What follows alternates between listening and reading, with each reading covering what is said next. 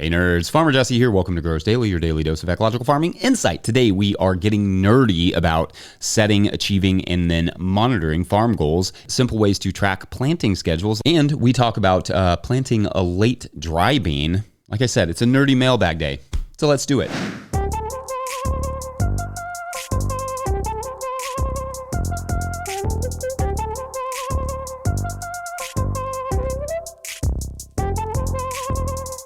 All right, y'all, welcome in. I hope everyone is feeling well and that your weeks are rocking along. We've got some nerdy farm and garden questions coming in today that I'm super excited to tackle and keep fun and interesting for you, of course. So indeed, today we will do the typical mailbag thing that we do on Thursdays from our Patreon page. And if you ever have a question that you'd like answered on the show, sign up for one of our paid Patreon tiers at patreon.com/no-till-growers. Go to the latest show thread, in this case, the August show thread, and put your question in there. Our first Patreon question of the day comes to us from Patreon member Farmer Friend, who asks, quote, "Hey Jesse, first off, just want to say thanks for answering my previous question about where the experts go to learn new things. That was one of the highlights of my year so far." Well, thank you.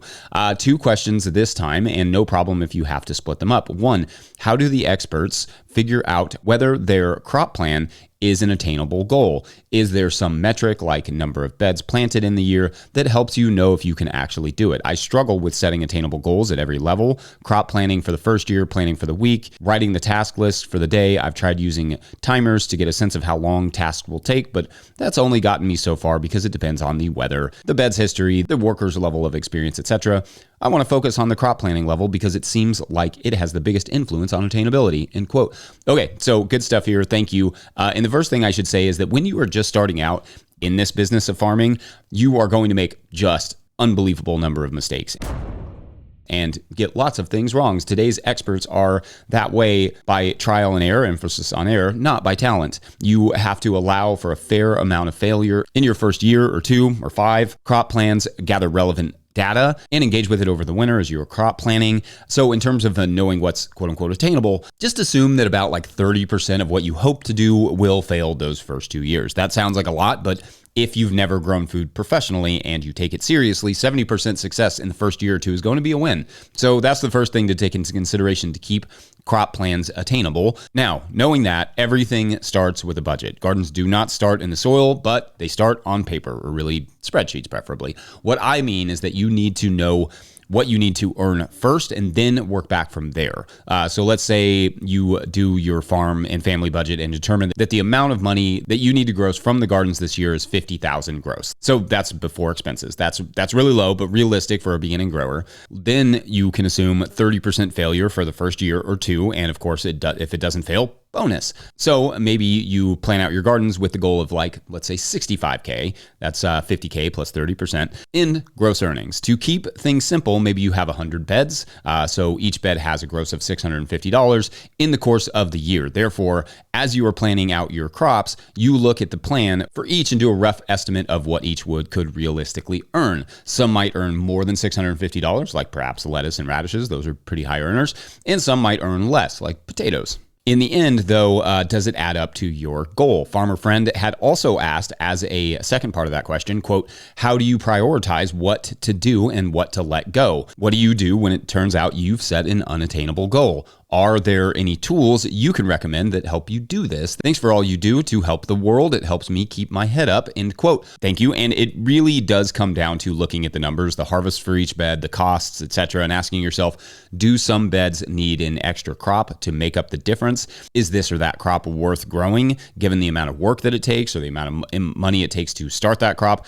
This is what I and others refer to as the rent model, where each bed is charged with making its quote unquote rent, the rent being the amount of money each bed needs to earn in the season to get up to your, goal, your budget goal. And throughout that year, you have to decide if some things are taking too much time by timing yourself if you'd like, or if some crops are not selling and slowly cull, or replace those crops for next season. Sometimes it's as simple as, well, the fennel didn't sell, not really a crop I need to dedicate a whole bed to. Or it can be as a little bit more nuanced, like the onions sold and there was definitely demand, but they came in under rent. Do I charge more or find a different crop, to grow there after the onions come out that will help make up the difference? So just little tweaks like that. Farming can be tough at first for people who thrive under controlled scenarios, who like clean, consistent, and reliable data right from the beginning. But with the right dedication and asking the right questions of the data that you have, you can definitely get to the point where these things are a little bit more controlled. Those types of people, often like the type A type people, often end up being the most successful farmers because they focus in on all those little details and keeping it nice and crisp and clean. I also want to shout out the forthcoming book from our friend Dan Brisebois and his co-author, Julia Shanks, called The Profitable Farmer. That might be a good answer to the tools part of your question. I got to read it early, which is fun, and it really is exceptional and helpful for those sorts of challenges. Anyway, I hope that helps you move in a more confident direction. We're going to take a quick break, and when we come back, think about late beans in warmer climates. Being right back. Being right back. Make any sense. All right, so we sometimes get questions on YouTube that I'd like to get to, but I don't have time, and we want to dedicate most of our time to the Patreon questions. However, I'm going to do these segments occasionally from the field and just take one or two of your Patreon questions. So this one is going to be from @DavidMiller, who wrote a question last week, which is, when using a tarp to kill unwanted vegetation, is there any specific kind of tarp that works better? Yes. So the tarps that you would generally use for occultation are 6 mil plastic tarps like this, no holes in them. You want them to be solid, right? So you're trying to lock all of the moisture and temperature and air in there to germinate weed seeds and then let them kind of suffocate and die under the tarp. And then you pull that off and it's clean, and it probably has some snakes under it, which is great. You can also use things like landscape fabric. They're not quite as effective because they breathe a little bit more and they allow in just a little bit more light and a little bit more oxygen, a little bit more respiration. Better for the soil, but worse for actually killing off plants. You look for silage tarps, that's how you'd find them, or you can go to like Farmer's Friend or one of the places that actually specifically sells them. Get them about 5 feet longer than you normally would get them for, like if you have a 50-foot bed, you want 55 feet or more, just so you have room for it to go off of the bed, and then you can weight it down so it's not like sitting right on top of the beds. And then also do the same thing with the width. Go about 5 feet wider and 5 feet longer than you need. Yep. All right. Oh, and the tarps have to be UV treated. That too. Today's episode is brought to you by Holden Tool Company. Holden Tool Company is a family-run business specializing in high-quality hand tools and small batch manufacturing for growers of all kinds. They offer forged hoes, forks, scythes, sickles, pruning tools, orchard tools, and forestry tools featuring traditional European designs that are hard to find at ordinary garden centers. These tools are practical, durable, and made for people who typically do work by hand. Holden Tool Company provides thoughtful customer service, helping you choose the right tool for your body, crop, or task. Find them online at farmandgardentools.com and use the code NTG26 at checkout. That's farmandgardentools.com. All right, back to the show. All right, so we're going to continue on answering some YouTube questions from last week. This one comes from @LeetGamer, who asks, quote, any tips on lettuce growing? I am struggling with germinating it, and when it gets to a seedling stage, they just fall over and die or stall. Okay, so we've done lots of videos on summer lettuce production and lots of segments, but the things you have to take into consideration are, for one, any time you're germinating lettuce in the summertime, it has to start in a cool place. So we germinate all of our lettuce inside of a shed where it's cool, where it's dark, where it's not in direct sunlight.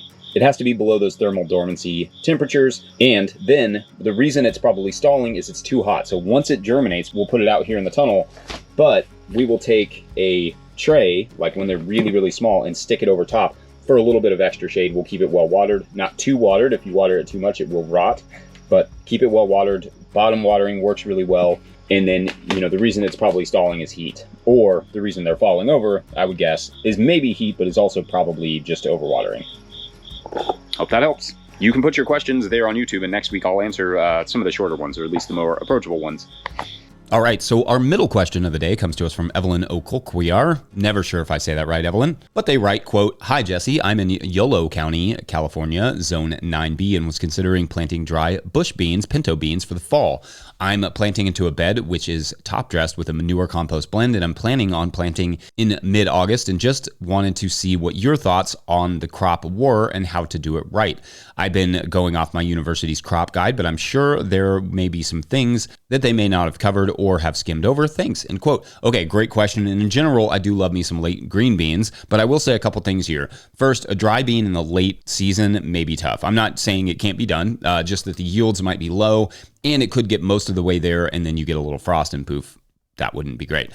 In general, I think that temperature-wise, you will be fine in that climate, but your light levels will be dropping in the fall, as you all who live in You Only Live Once County are actually a little bit further north in California. Would be like the Sacramento area, despite the 9B designation, meaning you get the heat, but you may not get the light to make it worthwhile. Not saying it won't work, it can, but the fruit set and growth will be a little bit slower. And with slow crops comes more risk of local pests getting savvy to what you were growing there. That said, I like a later green bean, like I mentioned here in Kentucky, usually planted in July, but we're colder than you are. Maybe you could get away with it there in 9B in August. Precisely because the pest pressure is easier when you plant them later. You just kind of skip like the bean beetle cycles and that sort of stuff. We have bean beetles here that will absolutely ravage some beans in the early spring. But like I said, in the late summer is largely past their life cycle, making it a little bit easier to get away with those sorts of crops. Deer, rabbits, that sort of stuff, we'll still find them, but at least we don't have the bean beetles. For us, for dry beans, late June is probably about as late as I would try it, unless you are doing, a lower day to maturity variety. I'm not sure about the pintos. If you are going to try green beans, however, consider a faster days to maturity bean and make sure they are in full sunlight just to get the most out of them. Something closer to 50 days to maturity with your beans than 60 would be ideal. If you are doing a dry bean, go with something closer to 75 days to maturity rather than like 90 days to maturity. I do think a late green bean is an underrated crop, though, just throwing that in there. Customers love green beans. I love green beans. Everybody wins there. Dry beans that late, though, might be a little bit too risky for my blood. But if you do try it, let us know how it goes. It's not impossible that it could work out really well for you, and you have a bushel or two of nice, tasty dry beans going into the winter, which is nothing wrong with that. Anyway, let us know, listeners, if you have done a late dry bean like that. Otherwise, for now, we're going to take a quick break, and when we come back, we return to the farmer office to talk software. See you at the water cooler. Be right back. That'd be cool if we could all just hang out at a water cooler sometimes. It'd be a big water cooler. Outdoors somewhere, probably. Today's episode is brought to you by Good Agriculture. If the season is picking up and the pile of receipts is starting to grow, you're not alone. Good Agriculture handles farm bookkeeping so you can stay ahead of the mess before it piles up. They keep your books organized each month, help you understand what's coming in and what's going out, and show you where your farm stands so you can make better business decisions throughout the season. If you're behind, they'll help get everything caught up. They also help farmers find funding and stay ahead of grant deadlines. You run the farm, they help the business. Learn more at goodagriculture.com/info. That's goodagriculture.com/info. All right, back to the show. And then this one, just for goofs, at Ethan Barber wrote, quote, on the soccer note, how do you deal with the acting/diving? You know how they get a tap and 2 seconds later, when the ref is looking, they fall down? For me, it makes it hard to watch. Two things. One, you kind of get used to it. Yeah, the pros often do a lot of diving. Or, the other thing you can do is watch the women. The women hardly ever dive. It's a really, really elegant game when you watch the women play. So yeah, you just kind of get used to it. It's kind of a skill in its own. You grow to respect people that can dive well. Yeah, that's kind of it. No easy answer to that one. All right. Finally, our third Patreon mailbag question of the day comes to us from Patreon member Eric Iverson, who asks, quote, Jesse, can you recommend software that can help me plan and track the planting schedule for 10 to 20 raised beds, end quote. Thanks. And sure, I definitely can do that. But I should say that for that scale, a simple spreadsheet is going to be way cheaper and easier.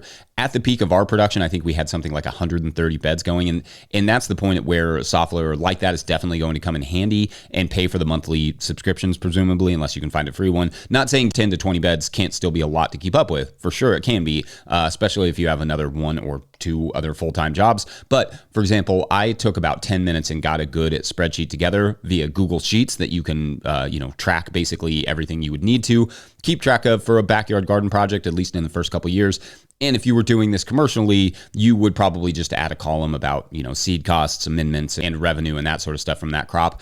That would be a great place to start. And as you get further and further into the business and you learn more what you need to know and don't need to know data-wise, you can either add onto, or improve your spreadsheet, Or contact one of our amazing sponsors and have them walk you through what their products can offer. Like when you're just starting out, which I'm making the assumption here that you may be in that category, you don't know what you don't know. So start with something super basic so that you can see what the limitations are. The same thing goes for tools. Don't go out and buy, the fancy stuff right from the start. Save your money, buy a harvest knife, and see if you can actually, like sell baby greens, for instance, before you invest in the quick cut greens harvester or something like that, or the 5-row Jang seeder or whatever. That there's very expensive tools that can make these things easier, but you may not need them. You may just not need those things in the same way that you may not really need a subscription to software. It does not hurt to know or learn how to build a simple spreadsheet either. I mean, it comes in quite handy for us. In fact, I quite enjoy it. So for me, that's the place to start. And then that way, when you start approaching those software companies looking to level up, you can know, what leveling up would actually look like or how it could be helpful. By having some experience on very, very basic level, you'll be able to see the deficiencies in your system or someone else's system. Not sure if that's helpful, but that is the advice I would want and that I would generally give. So hopefully you can get something out of that. Otherwise, I think that is it for this Mailbag Thursday. No-Till Growers is a nonprofit 501c3. So if you have a little spare change and think a tax break sounds like fun, boy, oh boy, do I have a link for you in the show notes. Please make sure to like and subscribe and or follow wherever you're getting this podcast. That's an easy way to help us out as well. Enormous thank you to all of our show sponsors.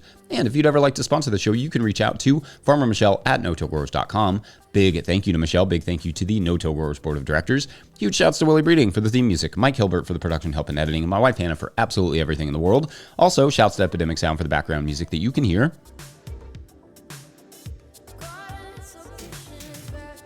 Pick up a hat or a copy of my book, The Living Soul Handbook, at no-tillgrowers.com to support this work. Big thank you to everyone over at patreon.com/no-tillgrowers, where at a certain level, or if you just bump up from one level to another, or you sign up in the month of August, you get a shout out on the show. So big shout outs today to our earthworms from last month, Holly C. in East Tennessee. Oh, I like that one rhymes. And Michael Wanacek in East... Nope, sorry. Michael doesn't get the rhyme. You can always rhyme your Patreon names, just throwing that out there. Anyway, to keep this week's story going, you will remember from Monday that Jim Joe owns a bustling native plant nursery in Arizona. And one day he gets a call from someone in Flagstaff, a self-proclaimed plant nerd, who tells Jim Joe that he has discovered a parasitic plant that he believes is native, and he'd like Jim Joe to come check it out. It's very interesting, he says. So Jim Joe heads up to Flagstaff, and when he gets there, the man shows him that high up in the ponderosa pines there is a mistletoe of sorts, but it's doing something peculiar. It's slowly weaving a spider web-like tapestry between the trees. Why? What is it weaving? What does it use it for? Well, that is for tomorrow on The Tree Weaver. A lesser-known song by Gary Wright. A good one, though. Tree Weaver. All right. Thanks for watching and or listening. We'll see you tomorrow. That sounds good. Bye.